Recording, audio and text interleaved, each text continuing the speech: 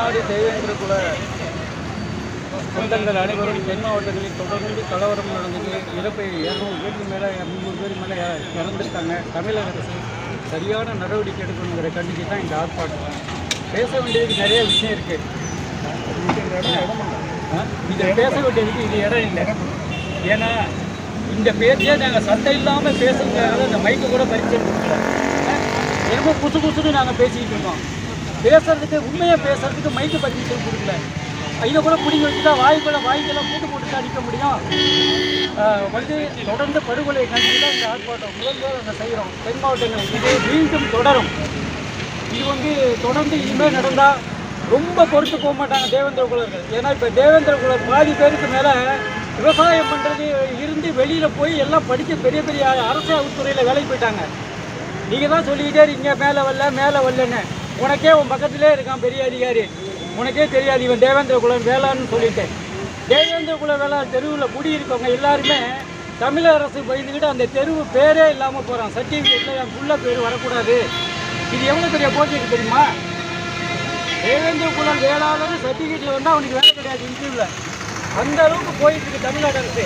இளைஞர்களே, தமிழ்நாடு ஃபுல்லாக இருக்க தமிழ்நாடு தேவேந்திர குல சங்கத்தின் சார்பாக கேட்டுக்கொள்ளேன். தமிழ்நாட்டு இளைஞர்களே, படித்து மேலே வாங்க. படித்து மேலே வந்து எல்லாத்துலேயும் வசதியாக வாங்க.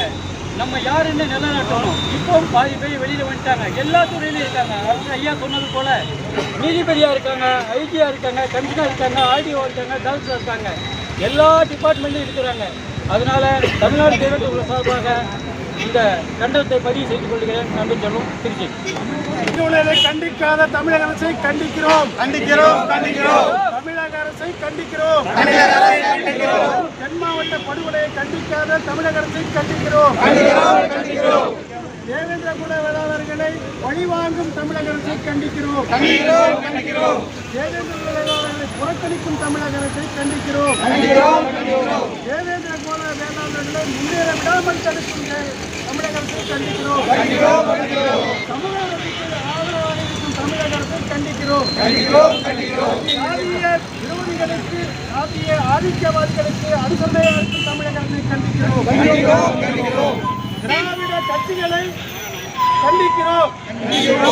தமிழர்களுக்கு விரோதமாக இருக்கும் திராவிட கட்சிகளை கண்டிக்கிறோம்.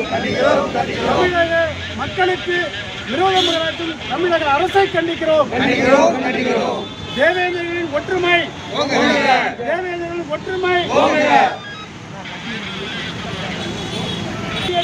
என்பது மிகப்பெரிய ஒரு திருப்பு முனை. எல்லாரும் எனக்கு அந்த சலுகை வேணும், இந்த சலுகை வேணும், எல்லா கட்சிகளும் கேட்கும்போது நாங்கள் மட்டுமே எங்களுக்கு எதுவுமே வேண்டாம், நாங்கள் வெளியில போறோங்கிறோம். ஆனால் நீங்கள் போகக்கூடாது, கொடுக்க முடியாதுங்கிறோம். இதை தடுக்கிறது யாரு? மத்திய அரசு தயாராக இருக்கு. முட்டுக்கடை போட்டு மாநில முட்டுக்கடை போட்டு இந்த போக்கு மாற்றிக்கணும். இந்த 2026 தேர்தலுக்கு முன்னால இந்த மாற்றம் ஏற்பட்டால் தமிழக அரசு, இந்த திராவிட முன்னேற்ற கழக அரசு நிச்சயமாக தமிழக வரலாற்றிற்கு அப்புறப்படுத்தவிடும். அதற்கு இந்த தேவேந்திர வேளாளர்கள் முக்கிய பங்களிப்பார்கள். எங்களுக்கு இப்பொழுது எங்களுடைய நோக்கமே இந்த பட்டியலுக்கு வெளியேற வேண்டும்.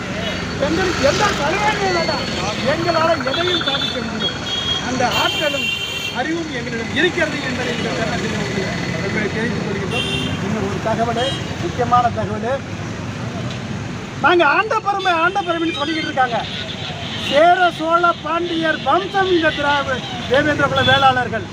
அதுக்கு ஒருத்தர் சொல்றாரு, எங்கள்கிட்ட தான் அரண்மனை இருக்கு, அது இருக்குன்னு. இப்போ வந்தாங்களே இந்த சின்ன மருது, பெரிய மருது, இவங்கெல்லாம் யாரு?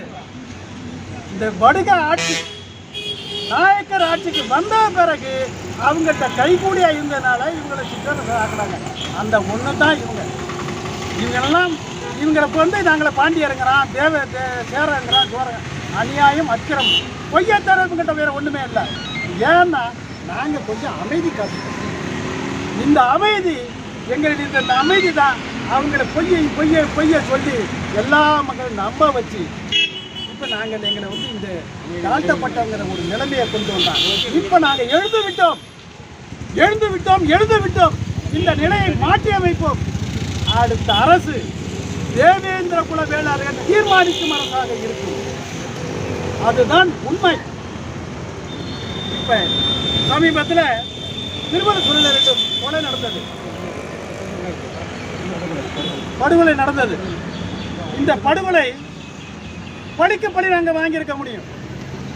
ஏன்னா நாங்கள் மெஜாரிட்டியான சமூகம். அங்கே 14 கிராமங்களில் மேலூர்லேருந்து கல்லணை வரைக்கும் மெஜாரிட்டியான சமூகம். எங்களை மீறி எதுவும் செய்ய முடியாது. இருந்தாலும் நம்ம பசங்க திரும்ப ஒரு வன்முறையை ஏற்பட்டு வாழ்பற்ற கூடாதுங்கிறதுக்காக எல்லாரையும் அமைதி வழி நாங்கள் போலீஸுக்கு நல்லாவே தெரியும். நாங்கள் நடத்துகிற கூட்டம் அத்தனைக்கு ஐஎஸ் வரும். நாங்கள் என்ன பேசுகிறோம் எல்லாம் தெரியும். அமைதியை தவிர நாங்கள் கையில் எடுக்கலாம். இப்படி எங்கள் சங்கமும் அப்படி தான் இருக்குது, எமக்கு சமூகமும் அப்படி தான் இருக்குது.